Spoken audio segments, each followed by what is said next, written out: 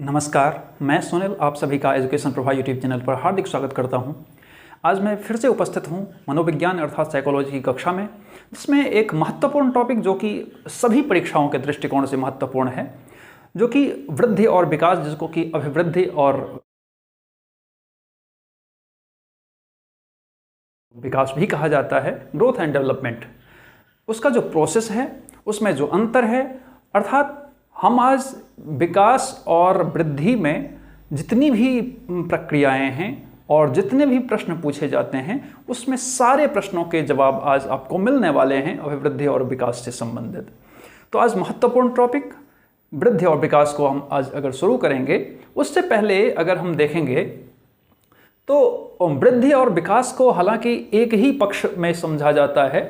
वो इसलिए समझा जाता है क्योंकि दोनों ही प्रक्रिया जो है, अर्थात अभिवृद्धि और विकास, ग्रोथ एंड डेवलपमेंट, दोनों ही आगे बढ़ने की प्रक्रिया की ओर इंगित करता है। लेकिन जब हम दोनों में कुछ प्रक्रियाओं को देखते हैं तो उसमें साक्षात देखने को मिलता है कि दोनों में कुछ ना कुछ अंतर होता है, जिसको कि उसको हम डिवाइड करने की कोशिश करेंगे। क्योंकि सबसे पहले अगर हम वृद्धि और विकास की प्रक्रिया को अगर देखेंगे तो सबसे पहले उसके अंतर को समझना बेहद आवश्यक हो जाता है, तभी हम उन चीज़ों को हम देख पाएंगे। एक तरफ हम अगर वृद्धि लिख देते हैं, वृद्धि, और दूसरी तरफ क्या लिख देते हैं, विकास। अब ये आपका ये ग्रोथ हो गया,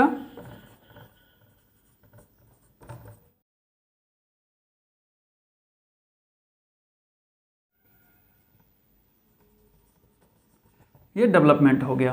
अर्थात एक विकास की प्रक्रिया, एक वृद्धि की प्रक्रिया। अगर हम देखेंगे तो वृद्धि प्रक्रिया, अगर हम देखेंगे तो वृद्धि की प्रक्रिया एक एकाकी प्रक्रिया होती है। आप देखेंगे कि इसमें क्या होता है, केवल शारीरिक प्रक्रम होता है। ये इसमें केवल शारीरिक विकास होता है, शारीरिक वृद्धि होती है। जैसे आप देखेंगे कि वृद्धि की प्रक्रिया वह है जिसमें कि आप जिसको कि माप सकें, जिसको कि तौल सकें। तो आप जब शारीरिक प्रक्रिया को देखेंगे तो शारीरिक में ग्रोथ होता है, अर्थात आप वृद्धि होती है। लेकिन जब हम विकास के प्रक्रम को देखेंगे तो इसमें क्या होगा, शारीरिक भी होगा, मानसिक भी होगा, सामाजिक भी होगा, चारित्रिक भी होगा, सांवेगिक भी होगा, आपका नैतिक विकास हो जाएगा। तो ये सब सारे प्रक्रम जो हैं ये विकास की प्रक्रिया में निहित होते हैं। लेकिन अगर हम वृद्धि की प्रक्रिया को देखेंगे तो सिर्फ और सिर्फ एकाकी प्रक्रिया होती है। तो ऐसा हम कह सकते हैं कि वृद्धि एकाकी प्रक्रिया है। वृद्धि क्या है, एकाकी प्रक्रिया है, एकाकी प्रक्रिया है। और ये क्या है, क्योंकि इसमें सारी चीज़ों को अंतर्निहित करता है, तो ये क्या है, तो सर्वांगीण प्रक्रिया है।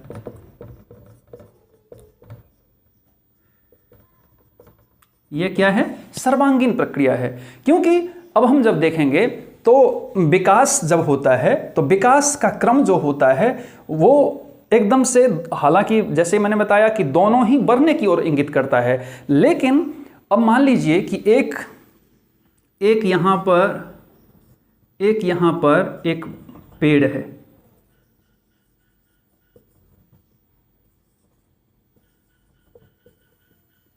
ये बड़ा सा पेड़ है, ठीक है। अब ये जो बड़ा सा पेड़ है, इसमें आप देखेंगे कि एक दिन ये जो पेड़ हुआ होगा, ये यहां पर पृथ्वी में बीज बोया था। अब जब बीज बोया था तो यहां से ये क्या हुआ, इसमें वृद्धि हो गई। तो वृद्धि हो गई तो हम इसको साक्षात देख सकते हैं कि ये काफ़ी बड़ा हो गया। इसको सेंटीमीटर में, मीटर में या फिर अन्य चीज़ों में इसके भार को हम नाप तौल सकते हैं। लेकिन जब हम देखेंगे कि ये विकास की प्रक्रिया, तो वही विकास की प्रक्रिया इसमें सारी चीज़ों को, इसमें ये भार भी आ जाएगा, उसमें मोटापा भी आ जाएगा। अगर मान लीजिए कि फूल वाला अगर पेड़ है तो उसमें फूल आ जाएगा, उसमें क्या होगा तो फल भी आ जाएगा। अगर फल वाला पेड़ है, बहुत सारी चीज़ें हो जाएंगी। अगर हम अगर व्यक्ति को देखेंगे तो व्यक्ति में क्या होता है, अगर एक छोटा बच्चा है, छोटा बच्चा जब थोड़ा सा बड़ा होता है तो आप उसके भार को नाप तोल सकते हैं, उसकी लंबाई को नाप तोल सकते हैं।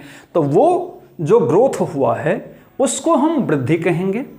और ग्रोथ के साथ साथ अर्थात शारीरिक विकास के साथ साथ जब हम मानसिक विकास की चर्चा करते हैं, जब हम चारित्रिक विकास की करते हैं, नैतिक विकास की करते हैं, सामाजिक विकास की करते हैं, सामूहिक विकास की करते हैं, अर्थात होल डेवलपमेंट जब हम प्रक्रिया की बात करते हैं तो इसमें वो क्या होता है, तो वो आपका विकास की प्रक्रिया होती है उसमें। तो विकास की प्रक्रिया से मतलब है, आप देखते होंगे कि कई बार ऐसा होता है कि कोई एक बच्चा जो मंद बुद्धि बालक है तो वो काफ़ी लंबा हो गया, काफ़ी बढ़ गया, अर्थात वृद्धि की प्रक्रिया संपूर्ण रूप से हो गई, लेकिन ऐसा कहा जाता है कि उसे देख करके लोग कह देता है कि इसकी वृद्धि तो हो गई लेकिन विकास नहीं हुआ। अर्थात क्या, क्योंकि वो संपूर्ण रूप से विकसित नहीं हो पाया है। अर्थात ग्रोथ तो हो गया, वृद्धि तो हो गई, लेकिन उसका संपूर्ण रूप से उसकी मानसिक क्षमता, उसकी जो सांवेगिक क्षमता है, उसकी चारित्रिक क्षमता है, उसकी जो सामाजिक क्षमता है, या फिर नैतिक या सांवेगिक वगैरह वगैरह जो है, वो संपूर्ण रूप से डेवलप जब नहीं होता है तब हम कह देते हैं ये कि इस बालक में वृद्धि हो गई लेकिन विकास की प्रक्रिया से ये वंचित हो गया है। अब हम देखेंगे दूसरा कि ये जो प्रक्रिया होती है ये जन्म से निश्चित समय तक, लेकिन ये जो होता है जन्म से मृत्यु पर्यंत होता है, जन्म से मृत्यु पर्यंत होता है। फिर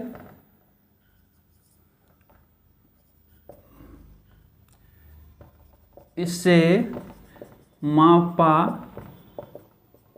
तौला जा सकता है, मापा तौला नहीं जा सकता।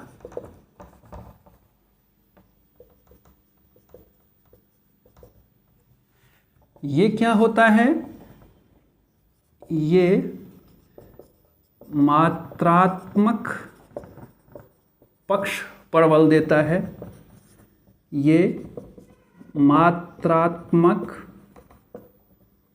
प्लस गुणात्मक दोनों पक्षों पर बल।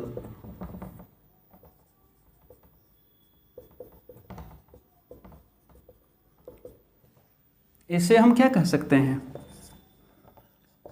प्रत्यक्ष रूप से देख सकते हैं।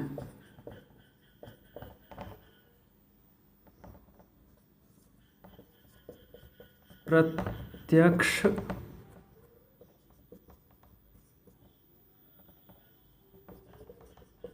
और अप्रत्यक्ष दोनों निहित। ये जन्मजात होता है, जन्मजात होता है। ये क्या होता है, अर्जित होता है।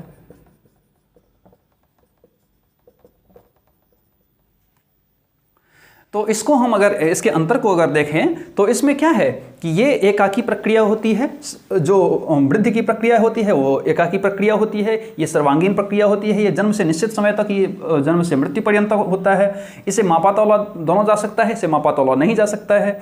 ये मात्रात्मक पक्ष पर बल देता है, ये मात्रात्मक और गुणात्मक दोनों पक्षों पर बल देता है। ये प्रत्यक्ष होता है, हम देख सकते हैं, लेकिन इससे प्रत्यक्ष या अप्रत्यक्ष दोनों में ये निहित होता है। फिर ये जन्मजात होता है, ये अर्जित होता है। अर्थात अगर हम विकास और वृद्धि को देखेंगे, ये शारीरिक केवल पक्ष होता है, ये मानसिक संपूर्ण पक्ष होता है, अर्थात सर्वांगीण पक्ष पर बल देता है। तो अगर हम देखेंगे दूसरी बात कि ये जो आपका वृद्धि है, ये वृद्धि कुछ समय तक निश्चित चलता रहता है। अर्थात हम देखेंगे तो वृद्धि क्या होता है कि शुरुआत में जब बच्चा जन्म लेता है तो कुछ समय तक वृद्धि की गति बहुत ज़्यादा क्या होती है, एकदम से रफ्तार पकड़ी हुई होती है, लेकिन उस समय में विकास की प्रक्रिया बहुत रफ्तार से नहीं चलता है। लेकिन हम कुछ समय के पश्चात देखते हैं कि वृद्धि कम होती है लेकिन विकास ज़्यादा होता है। इसमें अगर हम देखेंगे वृद्धि और विकास की प्रक्रिया में, तो वृद्धि और विकास की प्रक्रिया में हम देखेंगे कि एक फ्रैंक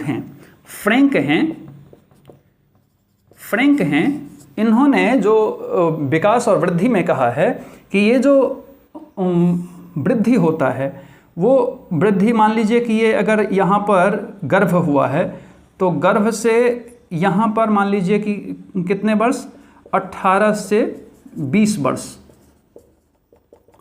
ये 18 से 20 वर्ष तक ये इसका मैक्सिमम ये रहता है कि वृद्धि की प्रक्रिया इतने ही समय तक होती है, 18-20 वर्ष तक ही वृद्धि की प्रक्रिया होती है। लेकिन अगर आप देखेंगे कि फ्रैंक ने ही बताया है कि यहाँ पर अगर गर्भ धारण किया है बच्चा और यहाँ से लेकर यहाँ तक अर्थात मृत्यु पर्यंत, ये मृत्यु पर्यंत चलने वाली प्रक्रिया है। तो मृत्यु तक जन्म से लेकर के अर्थात जब गर्भावस्था में ही रहता है, केवल जन्म से ही नहीं बल्कि जन्म से भी पूर्व काल से अर्थात गर्भधारण से लेकर के जब बच्चे की मृत्यु होती है तब तक ये विकास की प्रक्रियाएं अनवरत चलती रहती हैं। अब अगर वृद्धि और विकास की प्रक्रिया को देखेंगे तो वृद्धि की प्रक्रिया एक एकाकी प्रक्रिया है, जबकि जो विकास की प्रक्रिया है वो बहुमुखी प्रक्रिया है। अब हम अगर देखेंगे कि विकास की प्रक्रिया जो होते हैं उसमें दोनों प्रतिकूल कुछ भाव होते हैं, जैसे मैंने बताया कि विकास की प्रक्रिया में वृद्धि भी समागत होती है और विकास भी होता है। तो इसमें जब हम देखेंगे कि प्रारंभिक वर्षों में जो बच्चा होता है वो प्रारंभिक वर्षों में क्या होता है, उसकी वृद्धि बहुत ज़्यादा तेज होती है और मतलब दोनों चीज़ होता है। जैसे अगर हम मान लीजिए कि यहाँ बच्चा जन्म लिया, गर्भ से आ गया है, धरती पर आ गया है। अब बच्चा जब जन्म लिया तो यहाँ से यहाँ तक मान लीजिए कि 18 से 20 वर्ष है। अब 18 से 20 वर्ष तक यहाँ पर वृद्धि की प्रक्रिया अत्यंत तेजी गति से चलती रहती है और जो क्षय की प्रक्रिया है यहाँ पर वृद्धि कर दीजिए और यहाँ पर क्षय कर लीजिए। तो यहाँ पर हम देखेंगे तो वृद्धि की प्रक्रिया यहाँ पर 18 से 20 वर्षों तक एकदम से बहुत रफ्तार पकड़े हुए रहती है, लेकिन और क्षय जो होता है वो बहुत ही अत्यंत धीमी गति से चलती रहती है। लेकिन जब 18-20 के बाद आप बात करेंगे या अधेड़ उम्र के बाद अगर बात करेंगे तो ये प्रक्रिया अगर यहाँ तक आ गई है तो इसके बाद क्या होता है कि वृद्धि की प्रक्रिया एकदम से धीमी गति हो जाती है, एकदम धीमी गति हो जाती है, मतलब समझ में ही नहीं आता। लेकिन जो क्षय का जो काल है वो उसकी जो प्रक्रिया है बहुत ही तेजी गति से वो चलती रहती है विकास। तो इस प्रकार से हम अगर देखेंगे तो इस विकास की प्रक्रिया में वृद्धि और क्षय दोनों जो प्रतिकूल चीज़ें हैं वो आपस में चलती रहती हैं। शुरुआत में वृद्धि बहुत तेजी गति से, क्षय बहुत धीमी गति से, फिर बाद के काल में वृद्धि बहुत धीमी गति से और क्षय बहुत तेजी गति से चलती है। इस प्रकार से अगर हम अभिवृद्धि और विकास की प्रक्रिया को देखेंगे तो विकास और वृद्धि एक ऐसी प्रक्रिया है जो दोनों आपस में कहीं ना कहीं सामंजस्य रूप से एक है, लेकिन फिर भी एक होते हुए भी बहुत सारी भिन्नताएं हैं जिसके आधार पर हम वृद्धि और विकास की प्रक्रियाओं को संचालित करते हैं। तो मुझे लगता है कि आपको अभिवृद्धि और विकास के बारे में संपूर्ण जानकारी हुई होगी। आपको अगर जानकारी अच्छी लगती है तो आप एजुकेशन प्रभा यूट्यूब चैनल को सब्सक्राइब कीजिए, लाइक कीजिए, कमेंट कीजिए और शेयर कीजिए और बेल आइकन को जरूर प्रेस कीजिए ताकि आपको सभी वीडियो आप तक पहुंचते रहे। धन्यवाद।